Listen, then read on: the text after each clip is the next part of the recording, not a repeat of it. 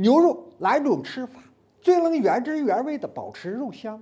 蒸牛肉，那怎么蒸才能突出保留牛肉的原汁原味？蒸牛肉想要好吃，一般选择牛肋条，一层肥一层瘦，蒸出来油肉才香。初步的用盐水浸泡1-2个小时，把牛肉里面的血水置换出来，才能达到去腥降膻。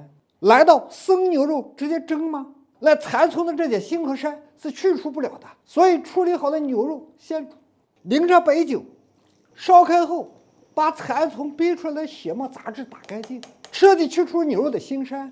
备一盘简简单单的香料，洗净后直接下锅煮的同时，也能给牛肉入一个淡淡的料香。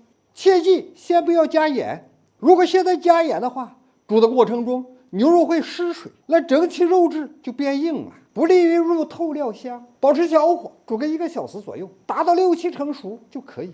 在这里小结一下，蒸牛肉之前这个煮有2个作用：一、充分去腥降膻；二、给牛肉入一个料香。因为直接蒸入料味难，煮到时间捞出牛肉原汤，切记不要倒，还有用。这个时候下刀切，肉是热的，切出来不整齐，让它自然放凉，肉质收紧，好下刀。肉放凉了，肉质收紧了，上刀切大片，看着整整齐齐的切好，排整齐，码进碗里，不要把形散了，变样了。切好的边角料把中间填满，再来点葱姜。这个时候就要把盐补上，煮肉的原汤浇进来，看着把碗装满，进笼加盖，上蒸锅加笼盖，上气后计时40分钟。这一步的蒸有这2点：一、肉质，煮肉质收紧了，通过蒸让肉质松弛松软，口感更酥烂；二、蒸大家都知道最能保持食材原汁原味的方法，那就保证了肉香的足。先到起盖卸笼，把里面的汤汁先避出来，大盘子一扣，2手配合，就这么一翻，整整齐齐的扣进盘里。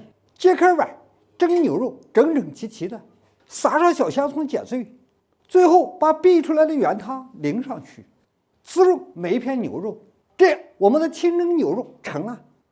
调味只是那一勺盐，费的只是火候和功夫。牛肉本色自然，原汁原味，口感酥烂，肉香鲜香。今天的教学就到这里，关注我们，学习更多专业的小吃创业技术，咱下节课见。